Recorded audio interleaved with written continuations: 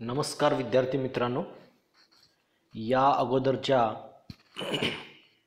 काही लेक्चर्समध्ये आपण मेजर्स ऑफ सेंट्रल टेंडन्सीचा अभ्यास करत होतो.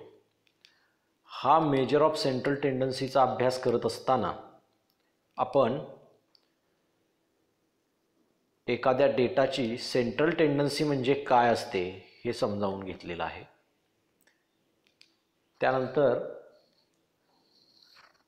त्या सेंट्रल टेंडन्सी ज्या मेजर्सवरून आपल्याला सांगता येऊ शकते असे मेजर्स कोणकोणते आहेत त्याची लिस्ट आपण बघितली.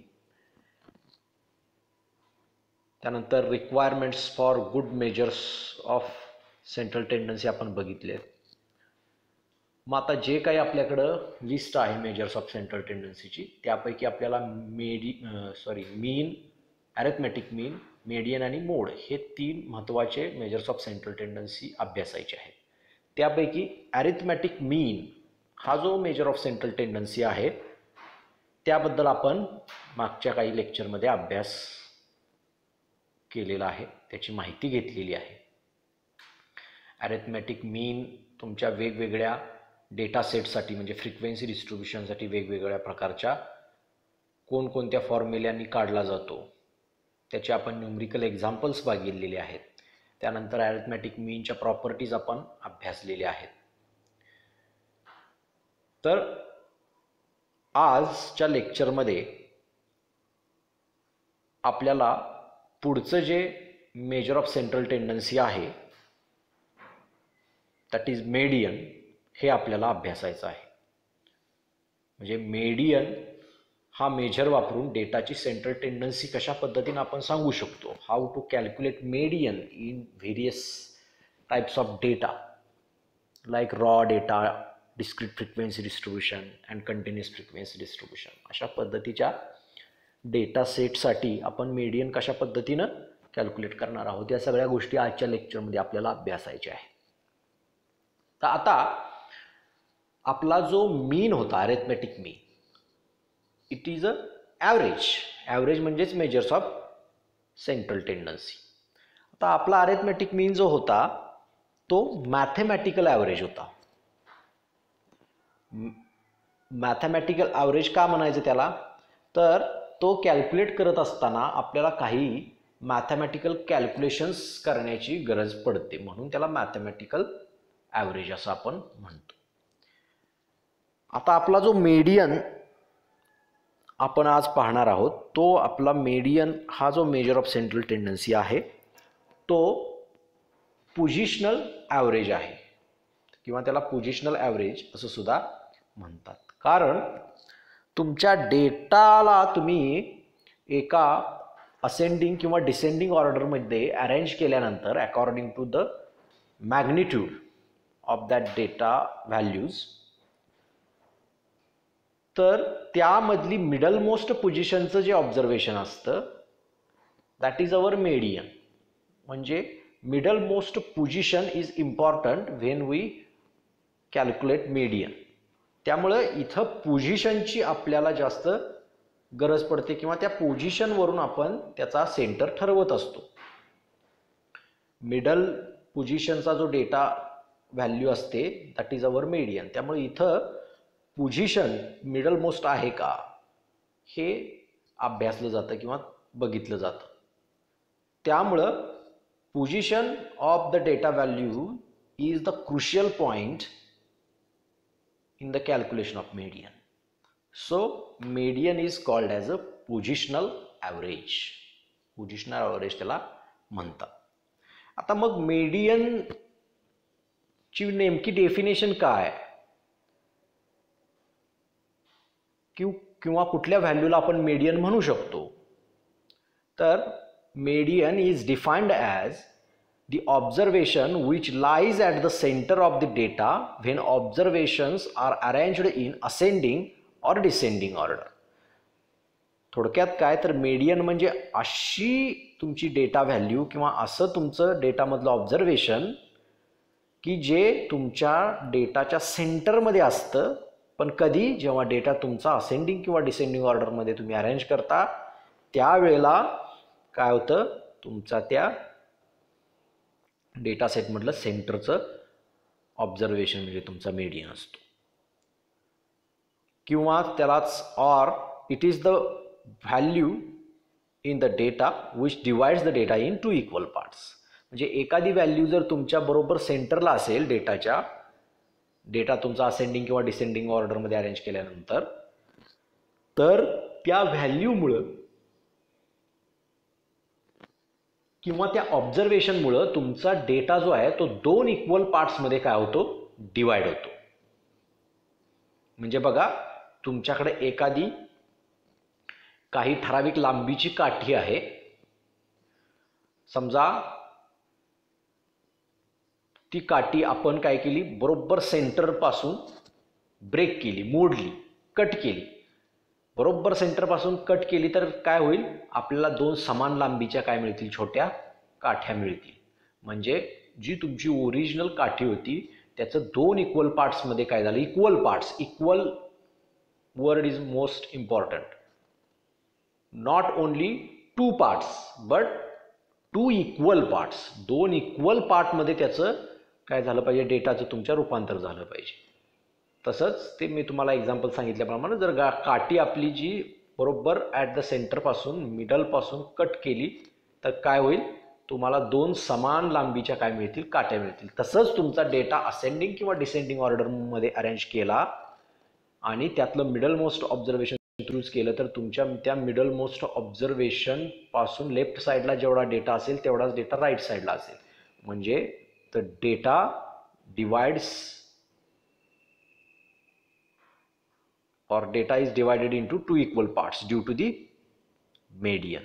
So median is the value in the data which divides the data into 2 equal parts. अशा पद्धतीचं मिडल मोस्ट ऑब्झर्वेशन म्हणजे मेडियन.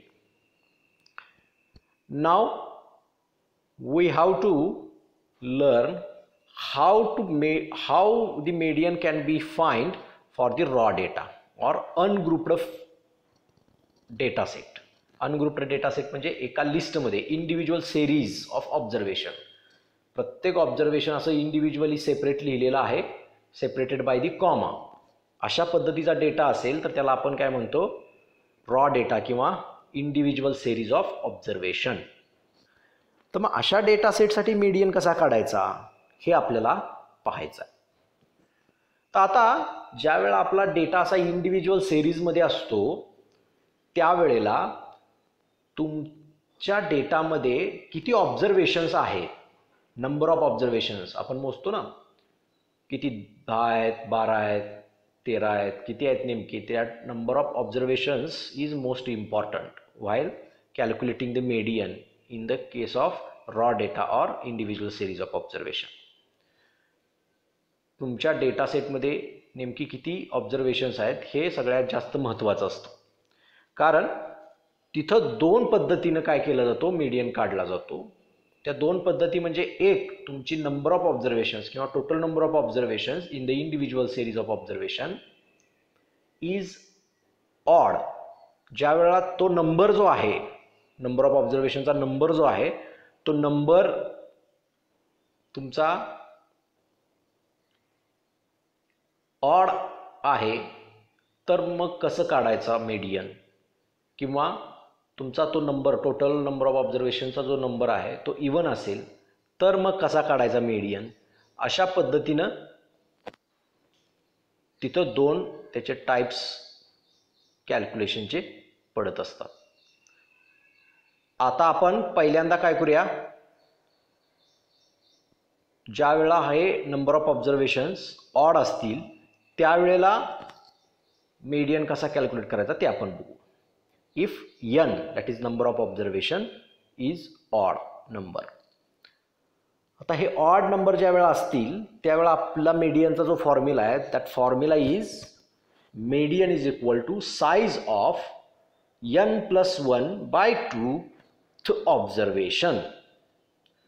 आता हे साइज ऑफ म्हणजे काय, तर सिम्पली इथं n+1/2 हे कॅल्क्युलेट केल्यानंतर जो आकडा मिळेल आपल्याला तेवढ्या क्रमांकाचं ऑब्झर्वेशन किंवा तेवढ्या सिरियल नंबरचं ऑब्झर्वेशन इन द असेंडिंग और descending order of the data.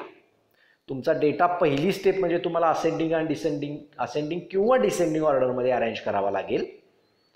तो अरेंज केल्यानंतर n+1/2 सिरियल नंबर ज्या ऑब्झर्वेशनचा आहे ते ऑब्झर्वेशन म्हणजे तुमचा मीडियन असेल. कधी n तुमचा ऑड असेल त्यावेळेला, म्हणजे तुम्ही सिरियली अरेंज करणार आधी असेंडिंग ऑर्डरनं तुमचा डेटा, त्यातला n बघणार किती आहे नेमका, इवन आहे का ऑड आहे. ऑड असेल तर हे जे दिले फॉर्म्युला तेवढ्या क्रमांकाचं म्हणजे तेवढा सिरियल नंबर ज्या ऑब्झर्वेशनचा आहे ते ऑब्झर्वेशन म्हणजे तुमचा काय असणार, मीडियन असणार. आणि जर समजा n तुमचा इवन असेल तर बरोबर मधली दोन ऑब्झर्वेशन जी आहे ती आपण शोधायची. आणि ती मधली दोन ऑब्झर्वेशन आपल्याला कशी मिळतात, तर n/2 ऑब्झर्वेशन आणि n/2 + 1 ऑब्झर्वेशन ही म्हणजे तुमची मधली दोन ऑब्झर्वेशन असतात. आणि ह्या दोन मधल्या ऑब्झर्वेशनचा अरिथमेटिक मीन घेतला की n/2 observation plus n/2 + 1 observation divide by 2 केलं की आपल्याला काय मिळतो, ज्यावेळेला तुमचा n इवन असतो त्यावेळेचा मीडियन तुम्हाला मिळतो. अशा दोन पद्धतीने काय केला जातो, मीडियन कॅल्क्युलेट केला जातो in case of raw data और इंडिव्हिज्युअल सिरीज ऑफ ऑब्झर्वेशन. इथं आपण एक एक्झाम्पल बघूया रॉ डेटासाठी मीडियन कसा कॅल्क्युलेट केला जातो. तर इथं काय दिले बघा, compute median for the following data. तुम्हाला डेटा दिलाय. आता डेटा कसा आहे बघा, इंडिव्हिज्युअल ऑब्झर्वेशन्स आहेत सेपरेटेड बाय कॉमा, त्यामुळे हा रॉ डेटा आहे किंवा इंडिव्हिज्युअल सिरीज ऑफ ऑब्झर्वेशन आहे किंवा त्याला नुसता अनग्रुप्ड डेटा असं सुद्धा म्हणतात.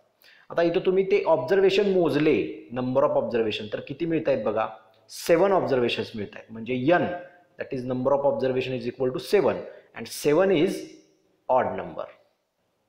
ऑड नंबर आहे 7. त्यामुळे ऑड नंबरचा आपला जो फॉर्म्युला आहे त्या फॉर्म्युल्यानं काय करणार आहोत, आपण मीडियन काढणार आहोत. परंतु ती मीडियन काढत असताना किंवा फॉर्म्युला वापरत असताना त्याच्या अगोदर आपल्याला जो दिलेला डेटा आहे तो काय करावा लागेल, असेंडिंग किंवा डिसेंडिंग ऑर्डरमध्ये. शक्यतो असेंडिंग ऑर्डर वापरायची. इन्क्रीजिंग ऑर्डरमध्ये आपण काय करतो, डेटा अरेंज करून घेतो. पहिल्यांदा ती डेटा अरेंज करून घ्यायचा असेंडिंग ऑर्डरमध्ये. मग ते असेंडिंग ऑर्डर तुमची काय येईल बघा, आपल्याला दिलेल्या इथल्या डेटा सेटसाठी 9, 10, 11, 12, 13, 14, 18 अशा पद्धतीनं आपली काय होईल ती असेंडिंग ऑर्डर. मग here n is odd, so we can use the formula in case of n is equal to odd or n is odd number, and that formula is nothing but median is equal to size of n plus 1 by 2th observation. Now value of n is 7, so size of 7 plus 1 by 2th observation, and that is equal to size of n plus 1 म्हणजे 7 plus 1 म्हणजे 7 plus 1 is 8, so 8 by 2th observation म्हणजे 8 by 2 म्हणजे किती होईल 4, so 4th observation, size of 4th observation. याचा अर्थ काय, size of 4th observation तुमची जी असेंडिंग ऑर्डर आहे त्यामधलं चौथ्या क्रमांकाचं ऑब्झर्वेशन. म्हणजे 9 जे आहे तुमचं ऑब्झर्वेशन ते पहिल्या क्रमांकाचं आहे, 10 ते आहे ते दुसऱ्या क्रमांकाचं, 11 जे आहे ते तिसऱ्या क्रमांकाचं, आणि 12 जे आहे ते चौथ्या क्रमांकाचं ऑब्झर्वेशन आहे. म्हणजे सिरियल नंबर त्याचा चौथा आहे. मग ते चौथ्या क्रमांकाचं जे ऑब्झर्वेशन आहे that is equal to 12. So 12 is the median for given data. या दिलेल्या डेटा सेटसाठी जो मीडियन आपला आहे तो मीडियन किती मिळेल आपल्याला, 12 असा मिळेल.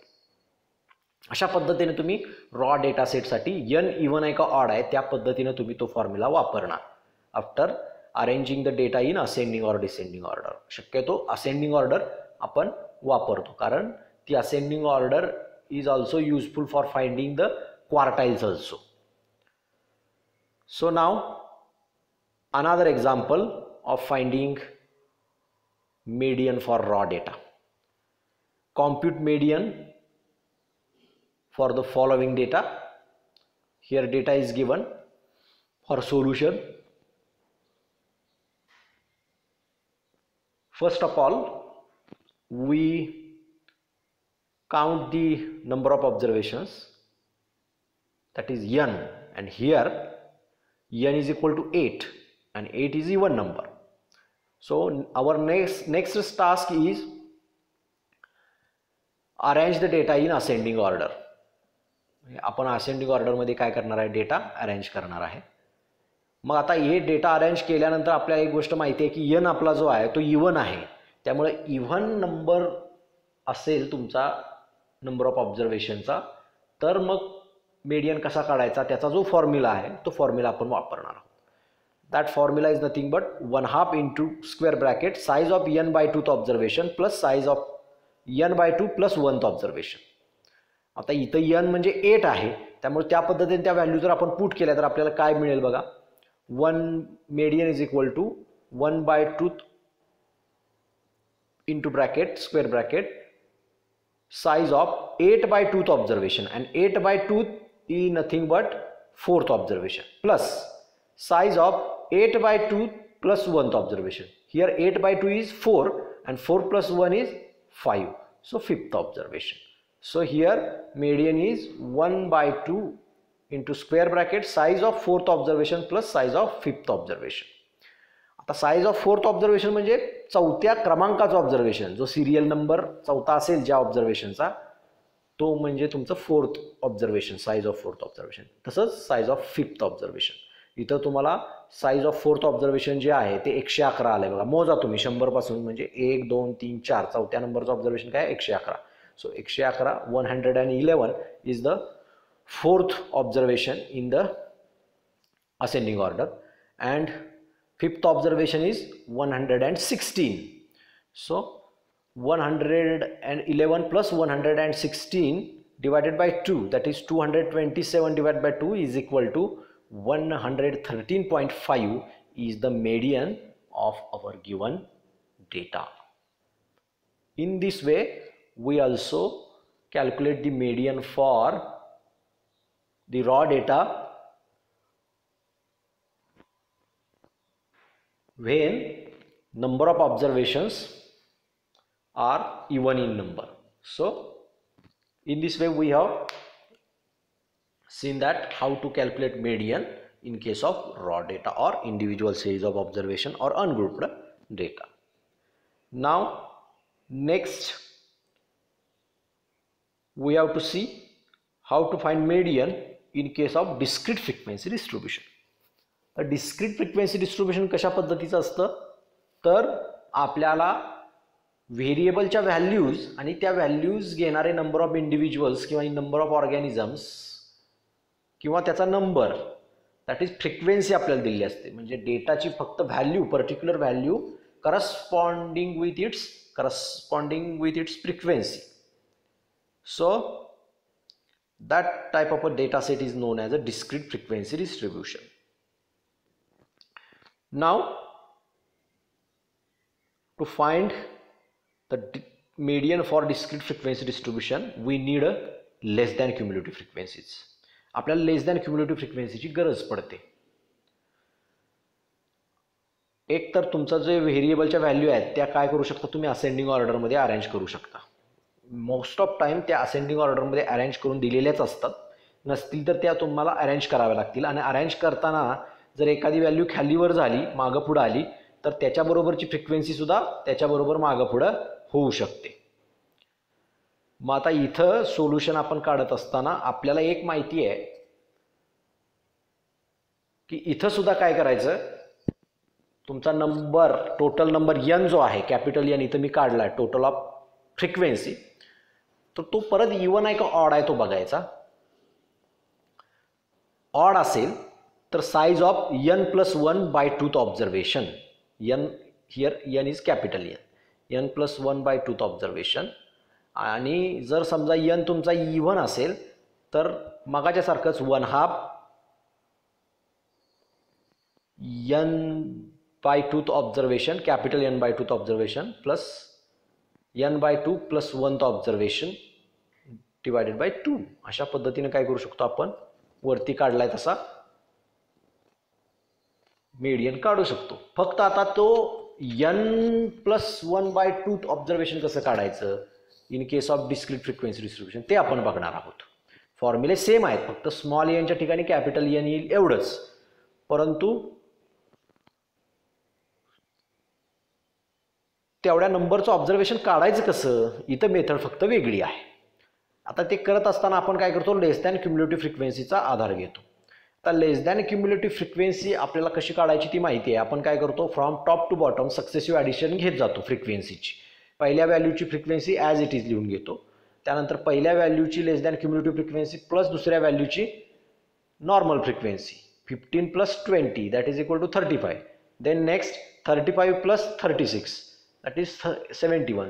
Next 71 + 42 that is 130. अशा पद्धतीने सक्सेसिव्ह ॲडिशन घेत जातो आपण लेस दॅन क्युम्युलेटिव्ह फ्रिक्वेन्सी काढत असताना. मग आपण आपला यन जो आहे त्याच्यावरून कुठला फॉर्म्युला वापरायचा तो ठरतो. आता इथं यन तुमचा काय आहे, ऑड आहे, त्यामुळं ऑडसाठी जो फॉर्म्युला आहे तो आपण इथं वापरू शकतो. कुठला आहे बघा, median is equal to size of n + 1 by twoth observation. That is size of 145 + 1 by tooth observation. That is nothing but size of 73rd observation. आता ते 73rd ऑब्झर्वेशन कसं काढायचं ते मी तुम्हाला सांगतो. 73rd ऑब्झर्वेशन काढत असताना लेस दॅन क्युम्युलेटिव्ह फ्रिक्वेन्सीचा कॉलम बघायचा. लेस दॅन क्युम्युलेटिव्ह फ्रिक्वेन्सीमध्ये 73 कुठं आहे का बघायचं. 73 आहे का, नाही आहे, कुठंच नाही. 71 आहे पण 73 नाही आहे. मग 73 जर नसेल तर त्याच्या नेक्स्ट कुठली क्युम्युलेटिव्ह फ्रिक्वेन्सी आहे जवळची, पुढची 73च्या पुढं, 73च्या पुढं किंवा 73 पेक्षा मोठी, थोडक्यात जस्ट ग्रेटर त्याला आपण म्हणतो. एक तर 73च्या इक्वल टू बघायची किंवा जस्ट ग्रेटर बघायची. 73च्या जस्ट ग्रेटर मोठी असणारी लेस दॅन क्युम्युलेटिव्ह फ्रिक्वेन्सी जी आपल्या टेबलमध्ये आहे ती किती आहे, 113 आहे. तुम्ही म्हणाल 73 नंतर जस्ट ग्रेटर 74 आहे ना, पण 74 इथं कुठंच लेस दॅन क्युम्युलेटिव्ह फ्रिक्वेन्सीच्या टेबलमध्ये नाही आहे. 75 पण नाही आहे, 76 पण नाही आहे. असं जस्ट ग्रेटर आपण बघत गेलो तर आपल्याला 113 हीच आपल्याला काय मिळते, just greater less than cumulative frequency in our column of the table. त्यामुळं ती लेस दॅन क्युम्युलेटिव्ह फ्रिक्वेन्सी 113 आपण काय करायची, तिथं घ्यायची आणि त्या 113च्या करस्पॉन्डिंग जी व्हॅल्यू आहे एक्सची, that is our median, value of median, that is 13 is our median. इथं तसंच दिले बघा, less than cumulative frequency just greater than 73 is 113. Therefore corresponding value of X is the median and therefore median is equal to 13. अशा पद्धतीने आपण काय करू शकतो, मेडियन कॅल्क्युलेट करू शकतो. आता इथं तुमचा यन काय आहे, यन हा तुमचा ऑड नंबर आहे म्हणून. इवन नंबर असता तर काय केलं असतं, तर 1/2 into bracket size of n/2th observation plus n/2 + 1th observation, अशा पद्धतीने ते झालं असतं. n/2th ऑब्झर्वेशन आपण ह्याच पद्धतीने काढला असता, आता जी पद्धत सांगितली. इक्वल टू असेल तर ठीक, नाहीतर जस्ट ग्रेटर क्युम्युलेटिव्ह फ्रिक्वेन्सी बघायची आणि त्याच्या करस्पॉन्डिंग ऑब्झर्वेशन असेल ते म्हणजे n/2th ऑब्झर्वेशन असणार. n/2 + 1th ऑब्झर्वेशन म्हणजे काय, n/2 आपण कॅल्क्युलेट केला आहे. n/2 मध्ये 1 मिसळायचा, त्याच्या क्युम्युलेटिव्ह फ्रिक्वेन्सीच्या इक्वल टू फ्रिक्वेन्सी असेल तर ठीक, नसेल तर जस्ट ग्रेटर बघायची आणि त्याचा करस्पॉन्डिंग एक्स बघायचा, तो तिथं लिहायचा साईजच्या ठिकाणी आणि त्या दोघांची बेरीज होईल त्या एक्सच्या ऑब्झर्वेशनची आणि त्याला डिवाइड बाय 2 होईल आणि ते मग तुमचा काय मिळेल, मेडियन मिळेल. अशा पद्धतीनं तुम्ही ज्या वेळा तुमचा यन इव्हन असतो त्यावेळा सुद्धा काय करू शकता, मेडियन कॅल्क्युलेट करू शकता वरच्या प्रमाणात फॉर्म्युला वापरून. फक्त त्या नंबरचं ऑब्झर्वेशन फाइंड करण्याची मेथड ही अशा पद्धतीने आहे, लेस दॅन क्युम्युलेटिव्ह फ्रिक्वेन्सीचा आधार घेऊन. आता तिसऱ्या प्रकारे आपण कसा मेडियन काढू शकतो, तिसऱ्या टाईपच्या डेटामध्ये आपण कशा पद्धतीनं मेडियन कॅल्क्युलेट करू शकतो हे आपल्याला बघायचं आहे. आता we have to find the median for grouped data. Grouped डेटाच्या संदर्भात मेडियन कसा कॅल्क्युलेट करणार हे आपण बघणार आहोत. आता ग्रुप्ड डेटा ज्या वेळा असतो त्यावेळा तुम्हाला काय दिलं असतं, तुमचे जे व्हेरिएबल आहे त्या व्हेरिएबलचे क्लासेस दिलेले असतात. आणि त्या क्लासेसचे काय दिले असतात, करस्पॉन्डिंग फ्रिक्वेन्सीज दिलेले असतात. मग त्या सिच्युएशनमध्ये तुम्ही मीडियन कसा काढणार? आपल्याला मीडियन म्हणजे एक पर्टिक्युलर व्हॅल्यू असते काहीतरी, तर ती मीडियन आपल्याला कशी काढायची ते आपण बघणार आहोत. आता ते मीडियन काढण्याचा जो फॉर्म्युला आहे तो फॉर्म्युला काय, तर L plus n/2 minus cumulative frequency divide by F into H. आता यामध्ये यल म्हणजे काय, तर lower limit of median class. CF म्हणजे काय, cumulative frequency of the class which is previous to median class. Median class जो आपला आहे तो आपल्याला काढावा लागतो. तो कसा काढायचा आपण बघणार आहोत. पण त्या मीडियन क्लासच्या अगोदरच्या क्लासची जी क्युम्युलेटिव्ह फ्रिक्वेन्सी आहे ती क्युम्युलेटिव्ह फ्रिक्वेन्सी आपण तिथे लिहितो CF म्हणून. एफ म्हणजे काय, तर frequency of median class. Median क्लासची जी फ्रिक्वेन्सी असते ती म्हणजे एफ म्हणून आपण गृहीत धरतो. एच म्हणजे काय, तर H is nothing but the width or class width of median class. तुमचा जो मीडियन क्लास असेल त्याची क्लास विड्थ जी असते त्याला आपण एच असं नोटेशन वापरलेलं आहे. हा फॉर्म्युला वापरून आपण मीडियन काढत असतो. ग्रुप्ड फ्रिक्वेन्सी डिस्ट्रीब्युशन असतं त्यावेळेला. पण हा फॉर्म्युला ज्या क्लाससाठी वापरतो त्याला आपण मीडियन क्लास म्हणतो आणि तो मीडियन क्लास आपल्याला आधी काढावा लागतो. आणि मीडियन क्लास एकदा का फाइंड झाला तर मग आपण ह्या फॉर्म्युल्यानं मीडियन कॅल्क्युलेट करू शकतो. आता मीडियन क्लास कसा काढायचा, तर इथं आपल्याला सांगितले median class is the class containing median of the distribution. म्हणजे ज्या क्लासमध्ये तुमची मीडियन लाय होते त्या क्लासला आपण मीडियन क्लास असं म्हणतो. मग तो नेमका कोणता क्लास, ग्रुप फ्रिक्वेन्सी डिस्ट्रीब्युशनमध्ये तुम्हाला क्लासेस आणि फ्रिक्वेन्सी दिलेल्या असताना तुमचा मीडियन क्लास नेमका कोणता, हा तुम्हाला ज्यावेळेला प्रश्न पडतो त्यावेळेला तो कसा काढणार आपण मीडियन क्लास. तर पहिल्यांदा लेस दॅन क्युम्युलेटिव्ह फ्रिक्वेन्सी कॅल्क्युलेट करणार. लेस दॅन क्युम्युलेटिव्ह फ्रिक्वेन्सी कशा कॅल्क्युलेट करायच्या हे तुम्हाला माहिती आहे. टॉप टू बॉटम काय करायचं, सक्सेसिव्ह ॲडिशन घेत जायचं. कुणाची, तर तुमच्या फ्रिक्वेन्सीची. आता वरतीच्या एक्झाम्पलमध्ये आपण बघितले लेस दॅन क्युम्युलेटिव्ह फ्रिक्वेन्सी कशा काढलेल्या आहेत किंवा काढल्या जातात.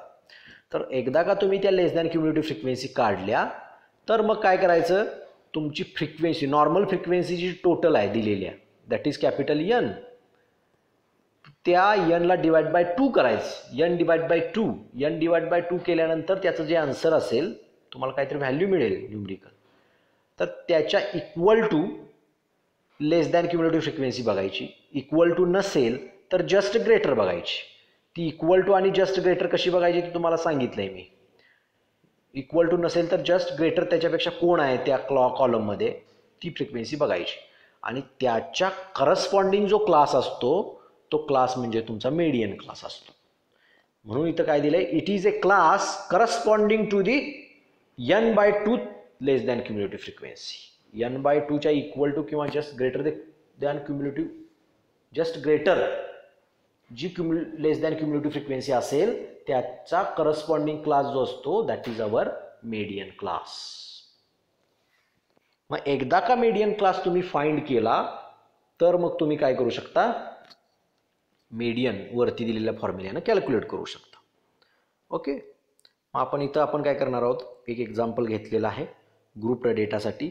त्या ग्रुप डेटासाठी आपण काय करणार, मग मीडियन कॅल्क्युलेट करणार. आता इथं आपल्याला क्लासेस आणि फ्रिक्वेन्सीज दिलेले आहेत. मोस्ट ऑफ टाइम तुमचा ग्रुप डेटा असतो तो अशाच पद्धतीने असतो, क्लास आणि फ्रिक्वेन्सीज. आता ह्यासाठी आपल्याला मीडियन काढायचं. तर पहिला पॉईंट आपला काय असतो, तर एकतर सगळे क्लासेस असेंडिंग ऑर्डरमध्ये नसतील तर ते लावून घ्या. शक्यतो ते असतातच, नसतील तर ते लावून घ्यायचे असेंडिंग ऑर्डरमध्ये. मग एकदा असेंडिंग ऑर्डरमध्ये सगळे क्लास अरेंज केले तर मग नेक्स्ट पॉईंट कुठला असतो, तर आपला मीडियन क्लास कोणता आहे हे फाइंड करणं फार महत्त्वाचं असतं. मग तो मीडियन क्लास फाइंड करण्यासाठी आपल्याला लेस दॅन क्युम्युलेटिव्ह फ्रिक्वेन्सीची गरज पडते. मग ती लेस दॅन क्युम्युलेटिव्ह फ्रिक्वेन्सी जी आहे ती लेस दॅन क्युम्युलेटिव्ह फ्रिक्वेन्सी कशी काढायची हे तुम्हाला माहिती आहे. मग इथं बघा सोल्युशनमध्ये लेस दॅन क्युम्युलेटिव्ह फ्रिक्वेन्सी, आता इथं टेबल असा हॉरिझॉन्टल टेबल केलेला आहे, क्लास, फ्रिक्वेन्सी आणि लेस दॅन क्युम्युलेटिव्ह फ्रिक्वेन्सी. तर मग less than cumulative frequency calculate केल्यानंतर आपण काय करतो, n/2 कॅल्क्युलेट करतो. n is nothing but total of frequency. फ्रिक्वेन्सीची बेरीज केल्यानंतर जी आपल्याला मिळते त्याला n आपण म्हणतो. त्या n/2 करायचं. आता इथं जो n आहे तो 80 आहे. n/2 केल्यानंतर आपल्याला किती मिळतंय? 40 मिळते. तर त्या 40च्या इक्वल टू कुठली लेस दॅन क्युम्युलेटिव्ह फ्रिक्वेन्सी आहे का बघायची. आता 40 पेक्षा लहान 37 आहे, 40 नाही आहे. 40च्या equal to less than cumulative frequency नाहीच आहे. मग काय करायचं? 40 पेक्षा जस्ट ग्रेटर कोणती आहे? आता तुम्ही म्हणाल 40 पेक्षा जस्ट ग्रेटर म्हणजे 41 आहे, पण 41 जी आहे फ्रिक्वेन्सी लेस दॅन क्युम्युलेटिव्ह फ्रिक्वेन्सी, ती त्या लेस दॅन क्युम्युलेटिव्ह फ्रिक्वेन्सीच्या कॉलममध्ये कुठंच नाही आहे आपल्या. त्यामुळं असं 41 42 करत आपण कुठपर्यंत जाणार? 61 पर्यंत जाणार. मग 61 आहे आपल्या कॉलममध्ये, म्हणजे 40च्या इक्वल टू नसेल तर जस्ट ग्रेटर क्युम्युलेटिव्ह लेस दॅन क्युम्युलेटिव्ह फ्रिक्वेन्सी कोणती आहे? तर 61 आहे. 40च्या जस्ट ग्रेटर लेस दॅन क्युम्युलेटिव्ह फ्रिक्वेन्सी कोणती आहे? तर 61 आहे. त्यामुळे त्या 61 ह्या लेस दॅन क्युम्युलेटिव्ह फ्रिक्वेन्सीच्या करस्पॉन्डिंग जो क्लास आहे त्याच्या समोरचा तो म्हणजे 40 to 50 जो आहे तो 40 to 50 तुमचा काय झाला? मेडियन क्लास झाला. त्याला आपण मेडियन क्लास असं म्हणणार आहोत. मग आता एकदा का मेडियन क्लास आपल्याला मिळाला तर मग त्या क्लासच्या सगळ्या डायमेन्शनसाठी आपण फॉर्म्युला वापरू शकतो. मग now we know that formula for the median इज median is equal to L plus n/2 minus cumulative frequency of previous class of the median class. median क्लासच्या अगोदरच्या क्लासची cumulative frequency divided by small f into h. आता ह्या सगळ्यांचा significance, याचं notation प्रत्येक जे आहे त्याचा सिग्निफिकन्स वरती मी लिहिलेला सांगितलेला होता. त्याच पद्धतीनं ह्या आपल्या एक्झाम्पलसाठी आपण काय घेणार आहोत? व्हॅल्यू घेणार आहोत. यल म्हणजे काय? तर lower limit of median class. Median class आपला काय आहे? 40 to 50. त्यामुळे त्याचं लोअर लिमिट आलं 40. ते 40 आपलं लोअर लिमिट झालं. CF cumulative frequency, cumulative frequency of previous class to the median class. Median क्लासच्या अगोदरच्या क्लासची काय होणार आहे? Less than cumulative frequency. आता तुम्ही इथं बघितलं त्या टेबलमध्ये तर आपला मेडियन क्लास काय आहे? 40 to 50. त्याच्या अगोदरचा क्लास प्रिव्हियस क्लास, त्याच्या अगोदरचा क्लास कुठला? 30 to 40. तर त्या 30 to 40 या क्लासची लेस दॅन क्युम्युलेटिव्ह फ्रिक्वेन्सी बघायची. किती आहे ती? 37 आहे. त्यामुळे 37 अशी व्हॅल्यू आपली येईल इथं. Now F frequency of median class. Median क्लासची जी फ्रिक्वेन्सी असेल ती म्हणजे आपली एफ. आता इथं आपला मेडियन क्लास काय? 40 to 50. त्याची फ्रिक्वेन्सी इथं तुम्ही बघू शकता. नॉर्मल फ्रिक्वेन्सी, क्युम्युलेटिव्ह फ्रिक्वेन्सी नव्हे, लेस दॅन क्युम्युलेटिव्ह फ्रिक्वेन्सी नव्हे. आता 40 ते 50, 40 to 50च्या क्लासची फ्रिक्वेन्सी काय आहे? 24. तर 24 आपण इथं घेणार आहोत. Then class width of median class. आता आपला क्लास काय आहे? 40 to 50 आहे. तो 40 to 50 या क्लासची क्लास विड्थ कशी काढतो आपण? Upper limit minus lower limit. मग अप्पर लिमिट 50 आहे, लोअर लिमिट 40 आहे. 50 मायनस 40 केलं तर आपल्याला काय मिळेल? 10 मिळेल. So H that is class width of median class is 10.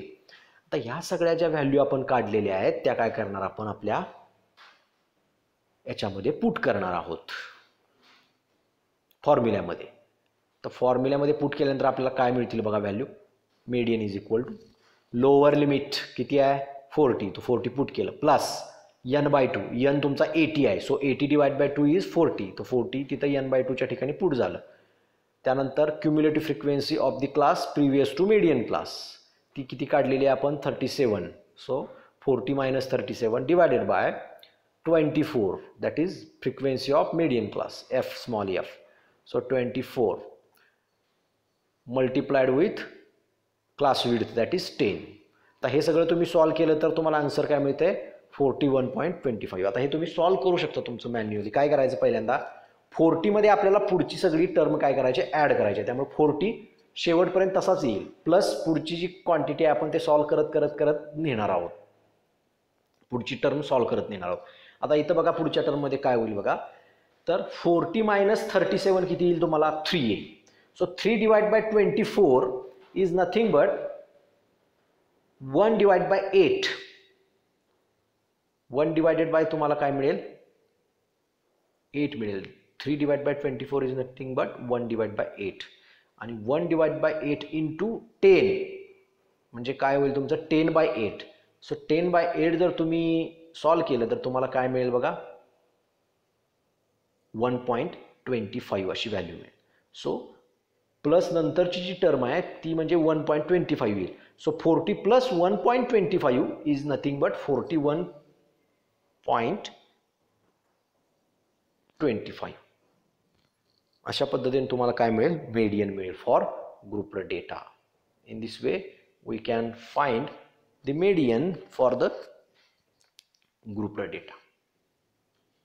मग आता हा जो ग्रुप्ड डेटा आहे त्या ग्रुप्ड डेटाचा फॉर्म्युला आपण इथं बघितला, L plus n/2 minus CF upon small f into H. हा फॉर्म्युला जो आहे तो फॉर्म्युला कसा डिराईव्ह झाला, जनरेट झाला ते आपण बघणार आहोत. थेरम काय, for continuous frequency distribution median is given by L is equal to n/2 minus L plus in square bracket n/2 minus CF upon small f into H, where L, CF, F and H has their own significance as described previously. अगोदर मी ज्या पद्धतीने सांगितलं L म्हणजे काय, n/2 म्हणजे काय, CF म्हणजे काय, F म्हणजे काय, त्या पद्धतीने त्याचा तो सिग्निफिकन्स आहे. ओके, मग हा कसा मेडियनचा फॉर्म्युला जनरेट झाला तर आपण ते प्रूफ बघणार आहोत. Proof late consider grouped frequency distribution and n be the total number of observations in the data. Less than cumulative frequencies LTCF of the distribution is plotted as shown in the following diagram. अशा पद्धतीने ते आपण plot करू शकतो. LTCF लेस than cumulative फ्रिक्वेन्सीचा graph वगैरे जे आहे अशा पद्धतीने आपण ते प्लॉट करणार. आता आपला जो मेडियन आहे यातला तो मेडियन म्हणजे कुठला असणार बघा, n/2 आपली जी लेस दॅन क्युम्युलेटिव्ह फ्रिक्वेन्सी आहे त्याच्या करस्पॉन्डिंग जी व्हॅल्यू असेल एक्सची तो म्हणजे मेडियन. म्हणजे तिथे बघा दिले n/2 पासून आपण पॅरलल लाईन काढल्या parallel to X axis that intersects the curve into F and from F we have put the perpendicular on X axis which is meeting the X axis in the point M. त्यामुळं OM हे जे तुमचं अंतर आहे OM, that OM is nothing but our median. मेडियनचं ते value आहे OM. मग आता आपला जो क्लास आहे त्याचे जे लोअर आणि अप्पर लिमिट आहेत त्याला C1 आणि C2 असं आपण नाव दिलं. शेवटी तुमचा मेडियन जो असतो तो मेडियन क्लासमध्येच कुठेतरी लाय होत असतो. त्यामुळे त्याचं लोअर लिमिट मेडियनपेक्षा लहान येतं आणि अप्पर लिमिट मेडियनपेक्षा जास्त येतं. त्यामुळे C1 to C2 is our class. C1 C2 is our class. Okay, now we know that median is equal to size of n/2 observation. So from diagram median is the abscissa of the point B into bracket F comma n/2 that is OM. मगाशी सांगितल्याप्रमाणे F जो आहे point त्या ह्याला कर्वला छेदणारा त्या F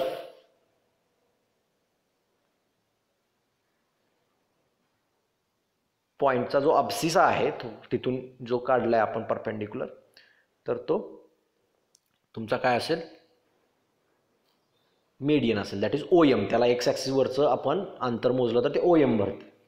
हे solve करत असताना आपण इथं दोन ट्रायंगल जे आहेत triangle ABF and triangle ADE. आता ABF बघा कोणता आहे तो छोटा समोरचा ABF बघा नीट लक्ष देऊन ABF अँड ADE असे दोन जे ट्रायंगल आहेत ते दोन ट्रायंगल आपल्याला सिमिलर ट्रायंगल वाटतात कारण पोर्शन A to E जो आहे कर्वचा तो ॲज अ स्ट्रेट लाईन तुम्ही जर गृहीत धरला तर triangle ABF and ADE are the similar angle. मग सिमिलर अँगलच्या काय असतात बाजू प्रमाणात असतात, तुमच्या साईड्स असतात त्या काय असतात प्रोपोर्शनेट असतात. त्यामुळे AB अपॉन AD. आता AB कुठं आहे बघा AB आणि AD ह्या दोन्ही बाजू प्रमाणात असतील. AB divided by AD is equal to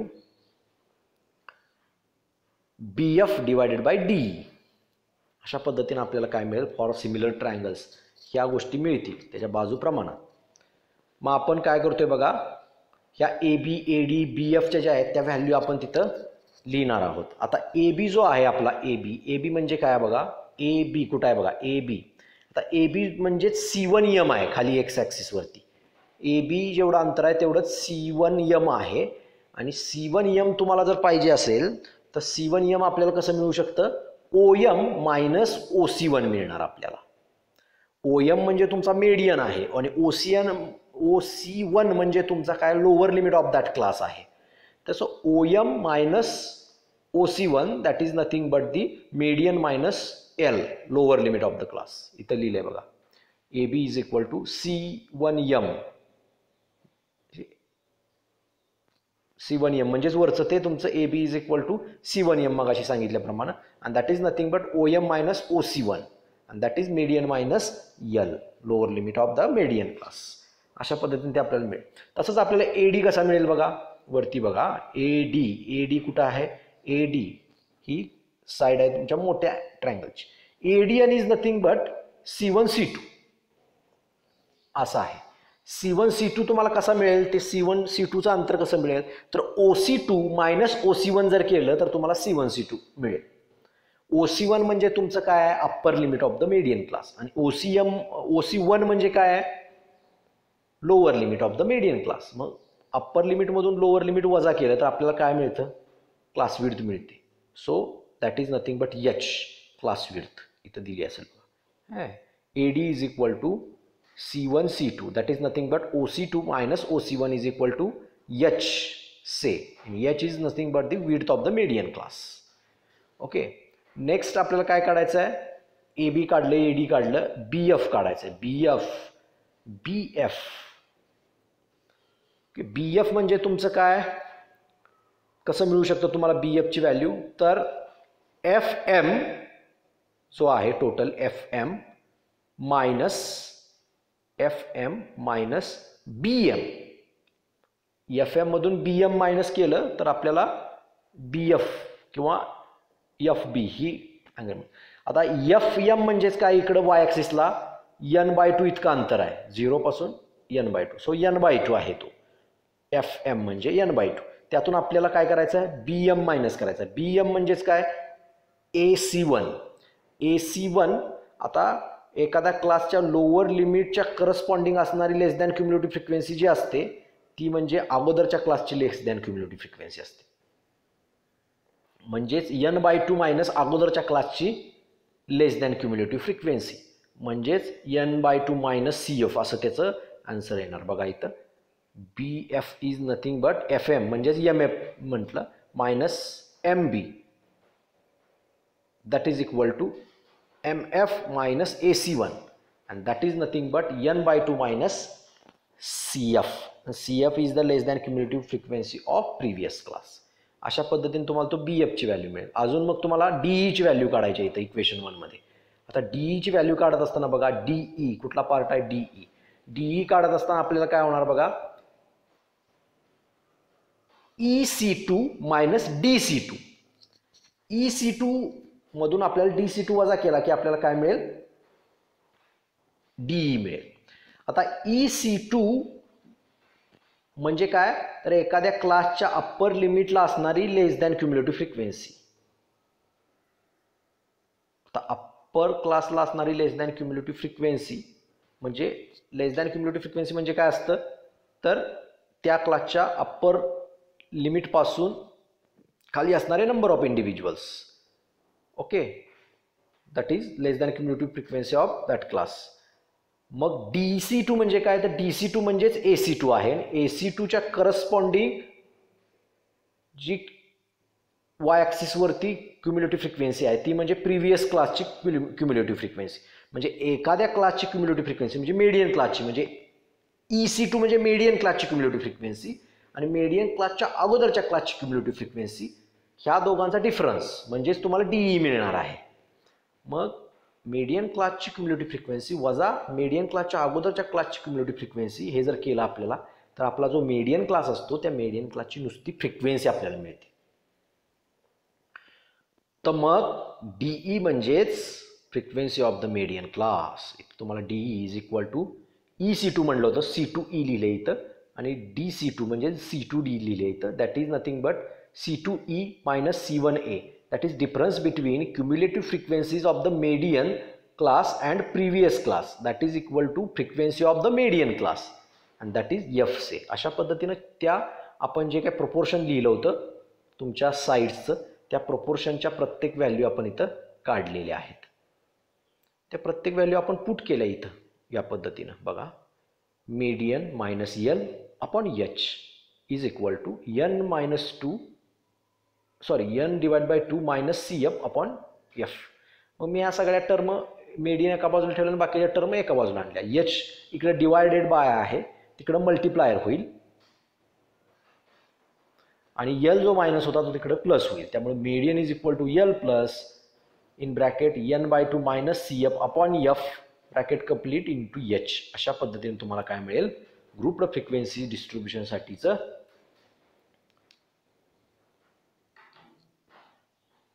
जे फॉर्म्युला आहे तो फॉर्म्युला आपल्याला काय होईल, डिराईव्ह होईल. अशा पद्धतीने आपण त्याचं डेरिव्हेशन लिहू शकतो. Now we are going to see the merits of median. Merits of median काय काय आहेत, म्हणजे काय काय फायदे आहेत त्या मीडियनचे. आपण कोणकोणत्या अशा क्रुशियल सिच्युएशनमध्ये मीडियन सुद्धा कॅल्क्युलेट करू शकतो. That are the merits of median. काय काय आहेत बघा. तर पहिला मेरिट म्हणजे median is not influenced by extreme values because it is a positional average. तुमच्या एक्स्ट्रीम व्हॅल्यू ज्या असतात, एखादी व्हॅल्यू खूपच हाय असते किंवा एक खूपच लो असते, अशा एक्स्ट्रीम व्हॅल्यूचा त्या मीडियनवरती कोणताही इफेक्ट होत नाही, कारण पोझिशनल ॲव्हरेज आहे. शेवटी आपण मिडलचंच ऑब्झर्वेशन फाइंड करत असतो. एका टोकाचं ऑब्झर्वेशन कितीही मोठं असलं तर ते फक्त त्याच टोकाचं ऑब्झर्वेशन राहतं, त्याचा पोझिशनवरती काही परिणाम होत नाही. त्यामुळं median is not influenced by extreme values because it is a positional average. Second, median can be calculated in case of a distribution of open-end intervals. open-end classes असतील किंवा इंटरवल्स असतील तर आपण मीन कॅल्क्युलेट करू शकत नाही, पण मीडियन मात्र आपण काय करू शकतो, कॅल्क्युलेट करू शकतो, जरी तुमचा क्लास ओपन इंटरवलचा असला तरीही. So this is the merit of median over arithmetic mean. Now third, median can be located even if data is incomplete. Data तुमचा इनकम्प्लीट असला, एखादी व्हॅल्यू मिसिंग वगैरे असली किंवा पूर्ण नाही झालेला तुमचा डेटा, तरी सुद्धा तुम्ही मीडियन काय करू शकता, जे काय आपल्याला डेटा अवेलेबल आहे त्याच्यानुसार काय करू शकता, मीडियन लोकेट करू शकता. Next, median can be located even for qualitative factor such as ability, honesty etcetera. म्हणजे क्वालिटेटिव्ह फॅक्टरसाठी सुद्धा आपण काय करू शकतो, मीडियन लोकेट करू शकतो.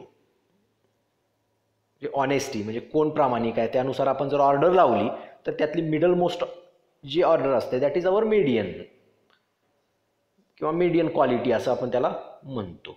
अशा पद्धतीनं काय करू शकतो आपण, मीडियन काय करू शकतो, क्वालिटेटिव्ह फॅक्टरसाठी सुद्धा लोकेट करू शकतो. So these are the merits of median. Now there are some drawbacks or demerits of median. First is slight change in the series may bring a drastic change in the median value. थोडासा change सुद्धा तुमचा त्या series मधला काय करू शकतो, मीडियनच्या व्हॅल्यूमध्ये drastic change आणू शकतो, कारण शेवटी आपण ते पोझिशनल ॲव्हरेज काढत असतो. त्यामुळे म्हणजे एखादं ऑब्झर्वेशन मोठं तुमच्या डेटामध्ये आलं, ॲड झालं, तर याचा अर्थ इव्हनचा डेटा तुमचा ऑड होईल किंवा ऑडचा डेटा इव्हन होईल. आणि मग कुठल्या तरी एकाच बाजूला ते ऑब्झर्वेशन आलं तर तुमचं काय होईल, मग मीडियन शिफ्ट होईल. मीडियन शिफ्ट होताना मग तो ऑब्झर्वेशननुसार शिफ्ट होतो. ऑब्झर्वेशनची मॅग्निट्यूड ज्या पद्धतीने असेल त्या पद्धतीनं तो शिफ्ट होतो. त्यामुळं ऑब्झर्वेशन जर फार फरकानं असेल, लहान किंवा मोठं, तर त्या पद्धतीनं तो मीडियन काय होऊ शकतो, मग पुढच्या ऑब्झर्वेशनकडे सरकू शकतो. त्यामुळं it may bring a drastic change in the median value if there are slight change in the series. Second demerit, in case of even number of items or continuous series, median is an estimated value other than the value in the series. म्हणजे आपला ज्या वेळेला data even असतो raw डेटामध्ये किंवा तुमचा grouped frequency डिस्ट्रीब्युशनमध्ये सुद्धा, continuous सिरीजमध्ये सुद्धा मीडियन आपण जी इस्टिमेट करतो ती एक व्हॅल्यू जी इस्टिमेट करतो ती इस्टिमेटेड व्हॅल्यू असते. म्हणजे तुमच्या डेटामधली कुठली व्हॅल्यू नसते ती, that is the estimated value. Okay, so it is not a value in the series or it is not a value in the data. It is a only estimated value in case of even number or in case of a continuous series. Next, it is not suitable for further mathematical treatment except it is used in mean deviation. म्हणजे mean deviation about median next आपण जे बघणार आहोत measures of dispersion मध्ये, तर mean deviation about median साठी आपण फक्त त्याचा वापर करतो. याच्या व्यतिरिक्त कुठंही मीडियनचा वापर होत नाही. दॅट इज, त्याला म्हणूनच आपण म्हणतो की it is not suitable for further mathematical treatment except it is use in mean deviation. Mean deviation सोडलं तर दुसरा कुठंही त्याचा कुठल्या मॅथमॅटिकल ट्रीटमेंटसाठी किंवा कॅल्क्युलेशनसाठी वापर होत नाही. फोर्थ डिमेरिट काय, it is not taken into account all observation. म्हणजे सगळ्या ऑब्झर्वेशन विचारात घेतले जात नाहीत ज्यावेळेला तुम्ही मीडियन कॅल्क्युलेट करता त्यावेळेला. म्हणजे फक्त त्याची पोझिशन असेंडिंग और डिसेंडिंग ऑर्डर फक्त लक्षात घेतली जाते, पण त्या सगळ्या ऑब्झर्वेशनचा वापर मात्र कुठंही त्या फॉर्म्युल्यामध्ये होत नाही. त्यांची बेरीज होत नाही, त्यांची कुठं वजाबाकी होत नाही, त्यांचं मल्टिप्लिकेशन होत नाही, डिवायडेशन होत नाही. फक्त मिडल मोस्ट ऑब्झर्वेशनची पोझिशन ठरवायला त्यांच्या मॅग्निट्यूडचा वापर केला जातो, एवढंच. असेंडिंग अँड डिसेंडिंगमध्ये अरेंज करण्यासाठी एवढाच त्यांचा उपयोग होतो, बाकी त्याचा कुठंच उपयोग होत नाही. म्हणूनच काय म्हणतात, it is not taken into account all the observation. So these are the median merits, demerits of a median. So for today's lecture we have seen how to calculate the second measure of central tendency, that is median, in case of raw data, discrete frequency distribution, and in grouped frequency distribution. Also we have seen the derivation of formula for median in case of grouped frequency distribution. Also we have learned the merits and demerits of the median. So for today's lecture we are going to stop here. Thank you.